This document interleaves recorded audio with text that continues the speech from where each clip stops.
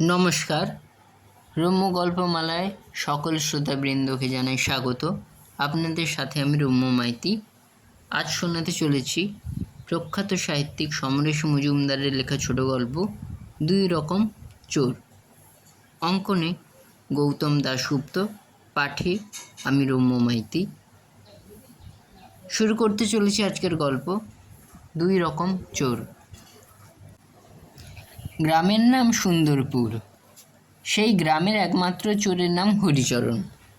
এককালে তার বাপ ঠাকুরদার বেশ কয়েক বিঘে চাষের জমি ছিল, গাই বলদ ছিল। হরিচরণ যখন বালক তখন সেসব বিক্রি করে ব্যবসা করতে শহরে গিয়েছিল হরিচরণের বাবা বিষ্ণুচরণ। ব্যবসায় লাল বাতি জ্বলায় সর্বস্ব তো গিয়েছিলই, হতাশায় হার্ট অ্যাটাক হয়েছিল লোকটার। হাসপাতালে নিয়ে যাওয়ার সময় পাওয়া যায়নি। পিতৃহারা হরিচরণকে খাইয়ে পড়িয়ে বাঁচিয়ে রেখেছিলেন তার মা। সেজন্য তাঁকে পরের বাড়ির কাজ করতে হয়েছে প্রচুর। হরিচরণ যখন 18তে পৌঁছালো তখন তিনি ভেবেছিলেন দুঃখের দিন শেষ হলো। ক্লাস 6-এর বিদ্যে নিয়ে চাকরি করা সম্ভব নয়। কোথাও চাকরি না পেয়ে একদিন উদাসী হয়ে নদীর ধারে শ্মশানে পৌঁছে গেল হরিচরণ। ওখানে গিয়ে বিড়ি টানলে গ্রামের লোক জানতে পারে না, ফলে মায়ের কানে খবর পৌঁছাবে না। আজ সকালে এক বাড়ির কর্তার অনুরোধে 10টা নারকেল পেড়ে দিয়েছিল সে কাছে উঠে। সুপারি এবং নারকেল গাছে সবাই তো উঠতে পারে না। খুশি হয়ে গাছের মালিক তাকে 10 আনা মজুরি হিসেবে দিয়েছিল। তার 4 আনা দিয়ে লাল সুতোর বিড়ি কিনেছিল সে 3টে।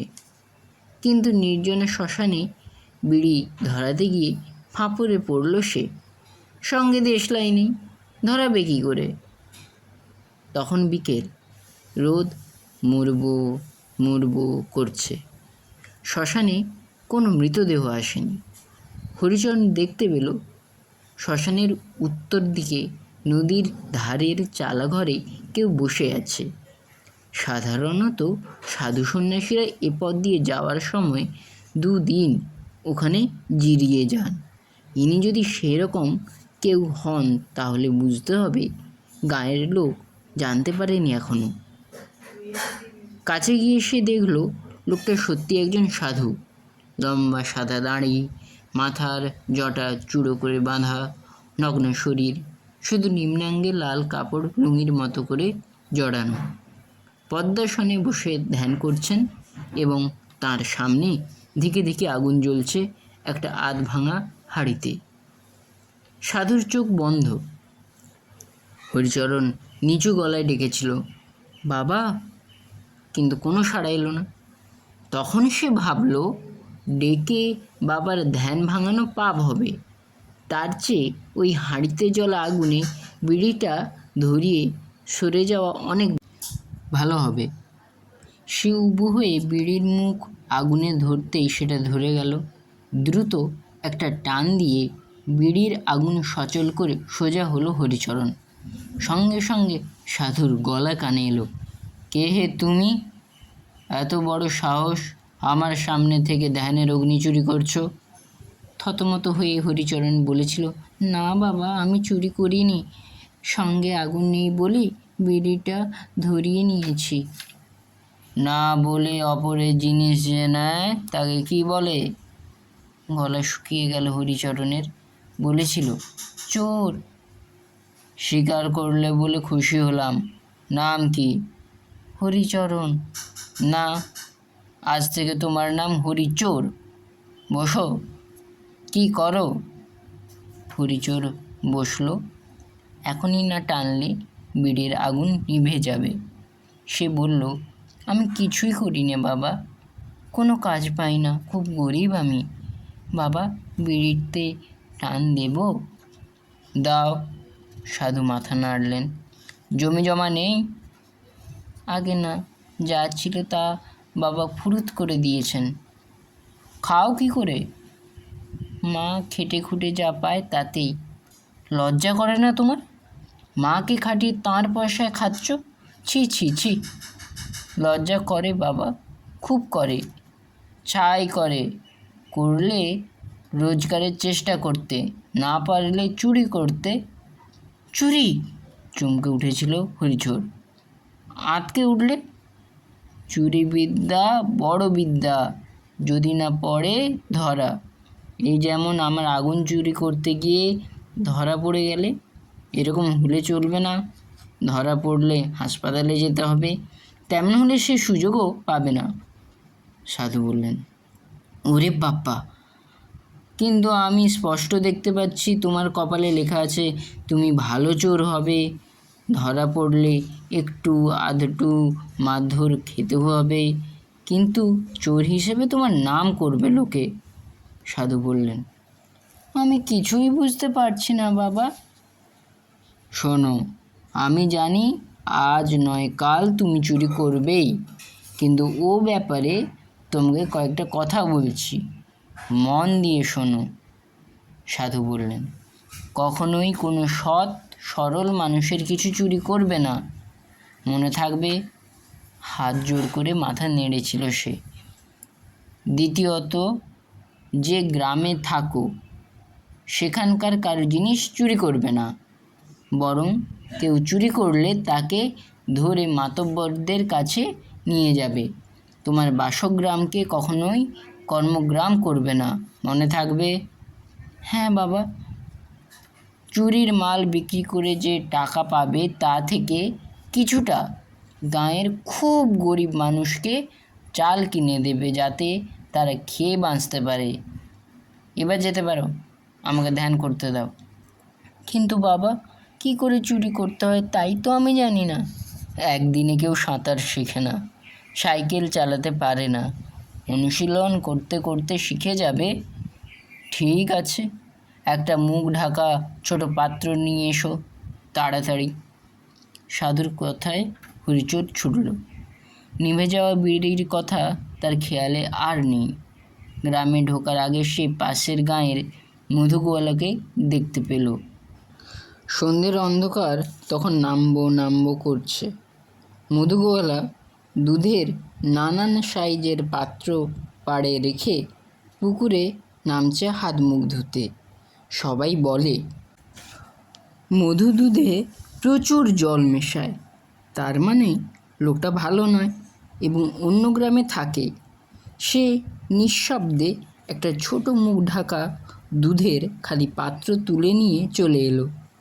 মধু জানতেও পারবে না কে নিয়েছে। ঘুটঘুটে অন্ধকারে সাধু বসে আছেন আগুন জেলে। হরিচোর কাছে এসে বলল, বাবা, এনেছি, দেখুন তো এটাতে চলবে কি না। পাত্র দেখে সাধু খুব খুশি। উত্তম পছন্দ, ঢাকনিটা খোল। হরিচোর নির্দেশ মান্য করল। সাধু পাশে রাখা ঝোলা থেকে একটা বড় শিশি বের করে কয়েকটা মন্ত্র পড়ে ছিপি খুলে খানিকটা জল পাত্রে ঢেলে দিয়ে বললেন, ঢাকনা বন্ধ কর। হ্যাঁ। বাড়ি ফিরে এর মধ্যে 1 কাপ পুকুরের জল ঢেলে দিবে, কলের জল কখনো নয়। যখনই কাজে বের হবে ওই জল একটা হোমিওপ্যাথি ওষুধের শিশিতে ভরে সঙ্গে রাখবে। তারপর যাকে শিকার করতে চাও তার সঙ্গে গল্প করতে করতে কায়দা করে শিশির জল গায়ে ঢেলে দেবে। বুঝতে পারছো তো? হ্যাঁ, কিন্তু সেই লোক তো রেগে যেতে পারে। রাগলে তুমি দুঃখ প্রকাশ করবে, তারপর 30 সেকেন্ডের মধ্যে লোকটার মাথা অবশ হয়ে যাবে, প্রায় পাথরের মূর্তি হয়ে যাবে। বড়জোর 2 মিনিট থাকবে তার এই অবস্থা। ওই 2 মিনিটের মধ্যে কাজ শেষ করে কেটে পড়তে হবে তোমাকে। যাও, প্রাণ ভরে চুরি করো। সাধু বললেন, বাবা, একটা কথা বলবো? চুরি করলে তো আমি পাপী হয়ে যাব। তা তো হবেই, মরার আগে তুমি পাপেরই শাস্তি পাবে। এখন তো খেয়ে পড়ে বাঁচো। পাড়ার মুদির দোকানে বেলা 12টার পর ভিড় থাকে না। তখন মুদি স্নান খাওয়া করতে যায়। মুদির ছেলে ভোলা, যে এককালে হরির বন্ধু ছিল, দোকানে বসে মাছি মারে। হরি গিয়ে দেখল ভোলা একাই বসে আছে। সে 4 আনার বিড়ি কিনল।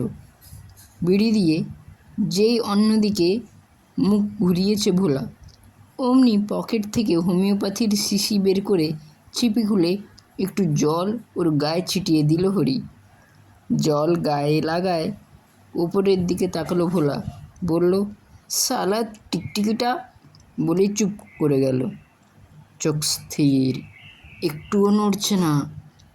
হরি দোকানের জিনিসপত্র নাড়াচাড়া করে দেখল, সে প্রতিক্রিয়া দেখালো না। ঠিক 2 মিনিট পরে আবার আগের মতন হয়ে গেল ভোলা। তখন টিকটিকি তাড়াতে লাগলো। ও যে 2 মিনিট জ্ঞানহীন ছিল তা টেরই পেল না। দোকান থেকে খানিকটা দূরে এসে লাফাতে লাগলো হরি। কি আনন্দ! এই ঘটনার পর বহু বছর কেটে গেছে, খাওয়া পড়ার অভাব হয়নি আর হরিচোরের। সাধারণত ট্রেনে অচেনা যাত্রীর সঙ্গে আলাপ করে, তার জিনিসপত্র চুরি করে সে জল ছিটিয়ে, যতটা জল ছেটায় ততটা জল আবার পাত্রে ভরে দেয়। যদিও সে 3 বার ধরা পড়েছে, 1 বার মার খেয়েছে, 2 বার 1 মাসের জন্যে জেল খেটেছে, কিন্তু তাতে তার চুরি করা থেমে যায়নি। গ্রামের লোকও জেনে গিয়েছে হরি একজন চোর, কিন্তু সে গ্রামের কারো চুরি করে না অথবা সৎ সরল মানুষের ক্ষতি করে না। চুরি করার জন্য হরিচোর অন্য জেলায় চলে যেত। ট্রেনে উঠে সে ঠিক বুঝতে পারত কে একা যাচ্ছে আর কার সঙ্গে ভালো এবং দামি মালপত্র আছে। তার পাশে বসে আলাপ জমিয়ে গল্প শুরু করত। লোকটি কোন স্টেশনে নেমে যাবে জানার পর সে অপেক্ষা করত। স্টেশন আসার মিনিট 4 আগে পকেট থেকে হোমিওপ্যাথির শিশি বের করে ওষুধ খাওয়ার ভান করে লোকটির শরীরে কয়েক ফোঁটা জল ফেলে দিয়ে দুঃখ প্রকাশ করত। কিন্তু তার কিছুক্ষণের মধ্যে লোকটি যখন পাথরের মূর্তির মতো বসে থাকত, তখনই ট্রেন স্টেশনে গিয়ে দাঁড়াতো। যাত্রীরা নামা ওঠা করতে ব্যস্ত হওয়ায় তাদের দিকে কেউ নজর দিত না। এই সুযোগে হরিচোর লোকটির যাবতীয় জিনিসপত্র নিয়ে প্ল্যাটফর্মে নেমে যেত। লোকটির যখন হুঁশ ফিরে আসতো, তখন ট্রেন স্টেশন ছেড়ে বেশ দূরে চলে গেছে। ফলে হরিচরের ঘরে নানান দামি কম দামি জিনিসপত্র, পকেট থেকে মোটা মানি ব্যাগ সরাতে তো কথাই নেই। জিনিসপত্র বিক্রি করলেও ভালো টাকা আসে। তার মা তাকে বিয়ে করতে বললে সে অমান্য করতে পারল না। হরিচরের ভাগ্য ভালো, কারণ সে বিয়ের পর যতবার ধরা পড়ছে তার খবর বাড়িতে পৌঁছায়নি। তাদের গ্রাম থেকে বহু দূরের শহরে তার জেল হয়েছে। পুলিশকে বলেছে সে পূর্ববঙ্গের বাসিন্দা, এখানে ঘর বাড়ি নেই। বয়সের কারণে হরিচরের মাতৃবিয়োগ হলো, কিন্তু তার ঘরে পুত্র সন্তান এলো।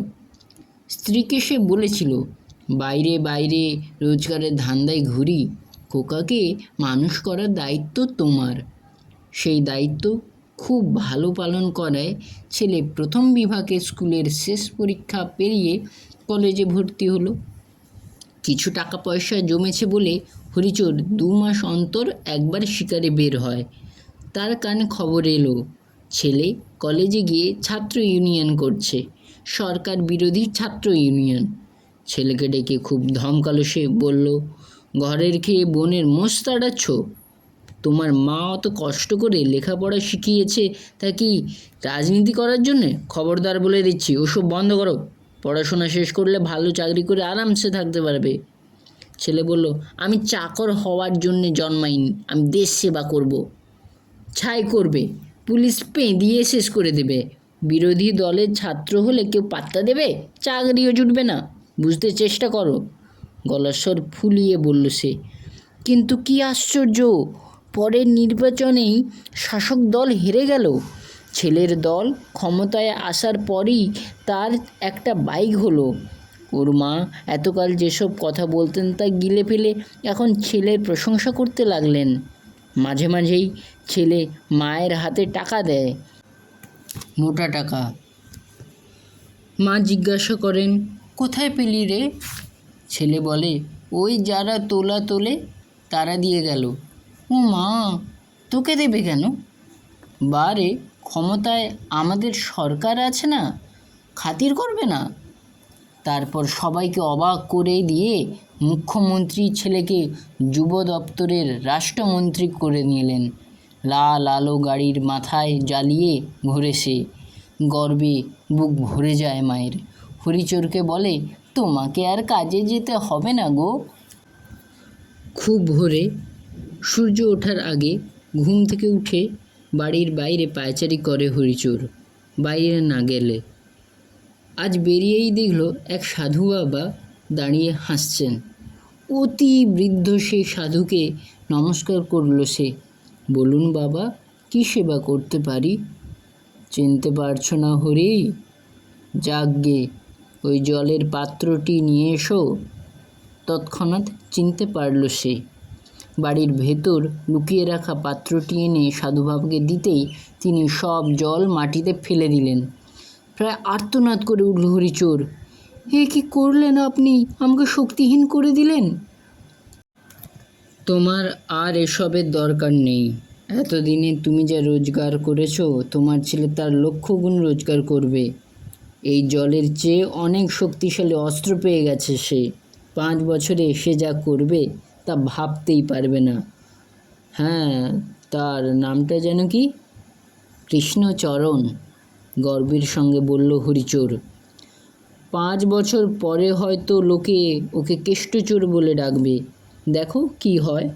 সাধু বাবা ধীরে ধীরে চলে গেলেন। কেমন লাগলো আজকের এই গল্প? কমেন্ট বক্সে অবশ্যই লিখে পাঠান। এবং আরও নিত্য নতুন নানা স্বাদের গল্প শুনতে এখনই আমার চ্যানেলটি সাবস্ক্রাইব করে আমার পাশে থাকুন। ধন্যবাদ।